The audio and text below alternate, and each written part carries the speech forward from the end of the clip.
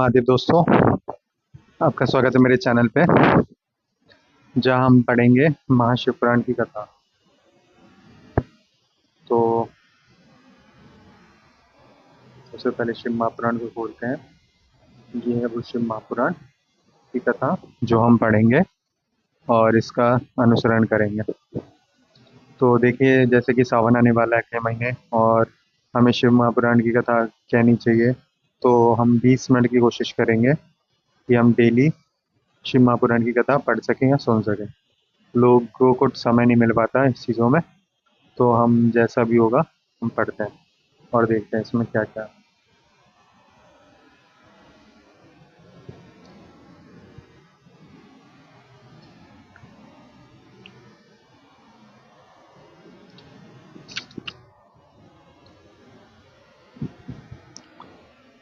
श्री श्याम शिवाय नमः। ओम श्री गणेशाय नमः। श्री शिव महापुराण महात्मा। शौनक जी के साधन विषयक प्रश्न करने पर सूत जी का उन्हें शिव महापुराण की महिमा सुनाना।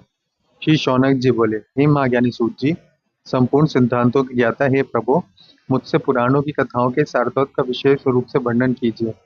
सदाचार, भगवत भक्ति और विवेक की वृद्धि कैसे होती है, तथा साधु पुरुष किस प्रकार अपने काम, क्रोध आदि मानसिक विकारों का निवारण करते हैं।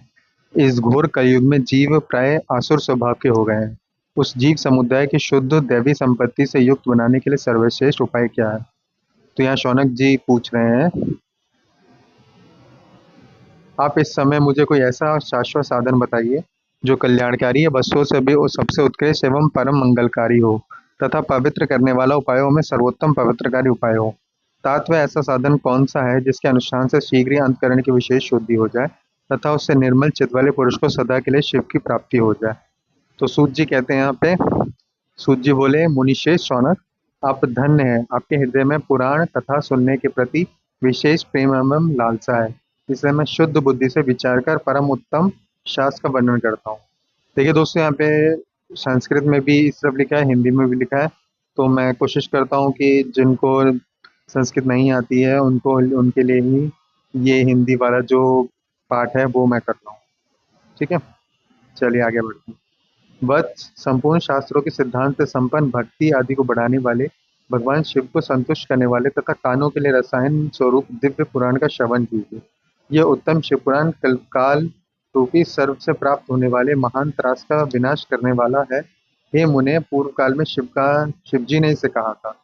गुरुदेव व्यास जी ने सनत कुमार मुनि का उपदेश पाकर कलयुग के प्राणियों के कल्याण के लिए बड़े आदर से संक्षेप में इस पुराण का प्रतिपादन किया। हे मुने, विशेष रूप से कलयुग के प्राणियों की चित्त शुद्धि के लिए इस शिव पुराण के अतिरिक्त कोई अन्य साधन नहीं है। हे मुने, जिस बुद्धिमान मनुष्य के पूर्व जन्म के बड़े पुण्य होते हैं, उसी महाभाग्यशाली व्यक्ति को इस पुराण में प्रीति होती है। तो जैसा कि इसमें शिव महापुराण में लिखा हुआ है, इस पुराण के पास वही आ पाता है जिसका पूर्व जन्म में बहुत अच्छे जन्म में कर्म किए होते हैं, या जो सुन भी रहे हैं उनके भी अच्छे कर्म होते हैं, तभी वो इस शिव महापुराण के पास आ पाते हैं। चलिए आगे बढ़ते हैं। ये शिव पुराण परम उत्तम शास्त्र है, इसे भूतल तल पर भगवान शिव का वांग्मय स्वरूप समझना चाहिए और सब प्रकार से इसका सेवन करना चाहिए। इसके पठन और श्रवण से शिव भक्ति पाकर श्रेष्ठतम स्थिति में पहुंचा हुआ मनुष्य शीघ्र ही शिव पद को प्राप्त कर लेता है। मतलब इसको पढ़ने से, और अगर आप पढ़ नहीं पाते तो इसके सुनने मात्र से ही आपको शिव भक्ति मिल सकती है और शिव पद प्राप्त हो सकता है। इसलिए संपूर्ण यत्न करके मनुष्यों ने इस पुराण के अध्ययन को अवश्य साधन माना है, तथा इसका प्रेम पूर्वक श्रवण भी संपूर्ण वांछित फलों को देने वाला है। अगर आप इसे ध्यान से सुनते भी हैं तो भी यह संपूर्ण फलों को देने वाला है।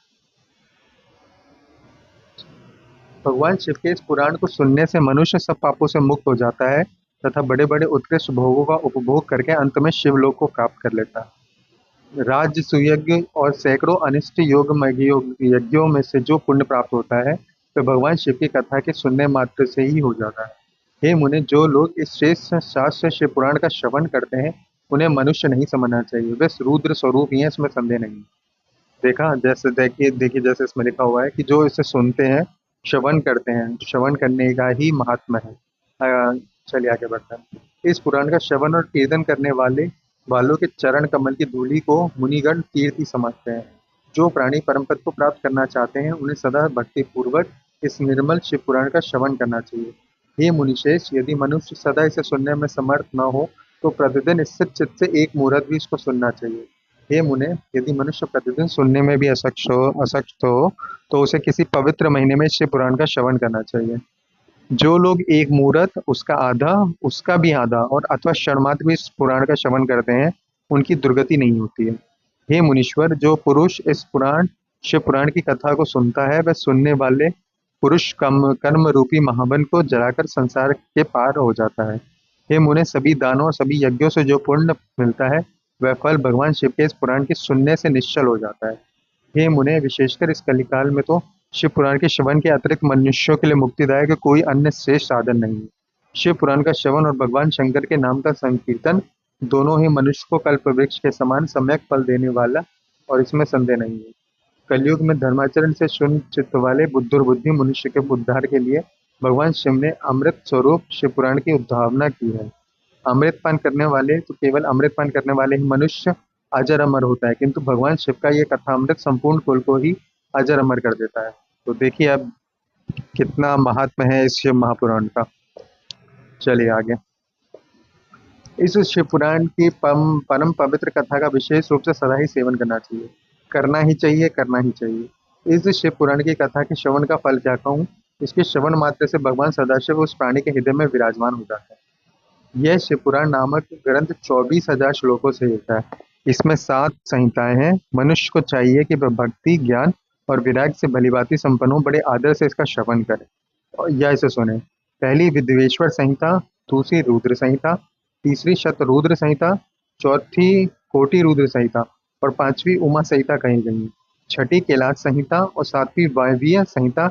इस प्रकार इसमें 7 संहिताएं हैं। 7 संहिताओं से युक्त यह दिव्य शिव पुराण पर ब्रह्मा परमात्मा के समान विराजमान है और सबसे उत्कृष्ट गति प्रदान करने वाला है। जो मनुष्य 7 संहिताओं वाले इस शिव पुराण को आदर पूर्वक पूरा पढ़ता है, वह जीवन मुक्त कहा जाता है। हे मुने, जब तक इस उत्तम शिव पुराण के सुनने का सुअवसर प्राप्त नहीं होता, तब तक अज्ञानवश प्राणी इस संसार चक्र में भटकता रहता है।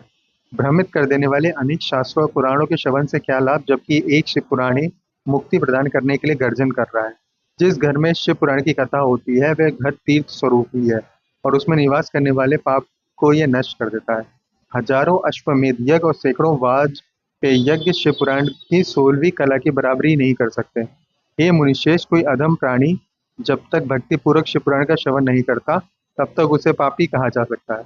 गंगा आदि पवित्र नदियां, मुक्तिदायिनी सप्तपुरिया तथा गयादि तीर्थ इस शिव पुराण की समझ कभी नहीं कर सकते। जिसे परम गति की कामना हो, उसे नित्य शिव पुराण के एक श्लोक अथवा आधे श्लोक का ही स्वयं भक्तिपूर्वक पाठ करना चाहिए। जो निरंतर अर्धानुसंधान पूर्वक इस शिव पुराण की वाचता है अथवा नित्य प्रेम पूर्वक इसका पाठ पात्र करता है, वह पुण्यात्मा है, संशय नहीं है। जो उत्तम बुद्धि वाला पुरुष अंत काल में भक्ति पूर्वक इस पुराण को सुनता है, उस पर अत्यंत प्रसन्न हुए भगवान महेश्वर उसे अपना पद धाम प्रदान करते हैं। जो प्रतिदिन आदरपूर्वक इस शिव पुराण का पूजन करता है, वह इस संसार में संपूर्ण भोगों को भोग कर अंत में भगवान शिव के पद को प्राप्त कर लेता है। जो प्रतिदिन आलस रहित हो रेशमी वस्त्र आदि के वेशन से इस शिव पुराण का सत्कार करता है, वह सदा सुखी होता है। यह शिव पुराण निर्मल और शिवों का सर्वस्व है। इन्हीं लोक और परलोक में सुख चाहने वालों को आदर के साथ प्रयत्न पूर्वक इसका सेवन करना चाहिए। यह निर्मल और उत्तम शिव पुराण धर्म, अर्थ, काम और मोक्ष रूप चारों पुरुषार्थों को देने वाला है। अतः सदा प्रेम पूर्वक इसका श्रवण एवं विशेष रूप से पाठ करना चाहिए। वेद, इतिहास तथा अन्य शास्त्रों में यह शिव पुराण विशेष कल्याणकारी है। ऐसा मुमुक्षुजनों को समझना चाहिए। यह शिव पुराण आत्मज्ञों के लिए सदा सेवनीय, सत्पुरुषों के लिए पूजनीय है। तीनों प्रकार के तापों का शमन करने वाला, सुख प्रदान करने वाला और ब्रह्मा विष्णु महेशादि देवताओं को प्राणों के समान प्रिय है। ऐसे शिव पुराण को मैं प्रसन्नचित्त सदा वंदन करता हूँ। भगवान शंकर मुझ पर प्रसन्न हो और अपने चरण कमलों की भक्ति मुझे प्रदान करे। तो दोस्तों, हमने पहले शिव पुराण का पाठ का अध्याय कर लिया है।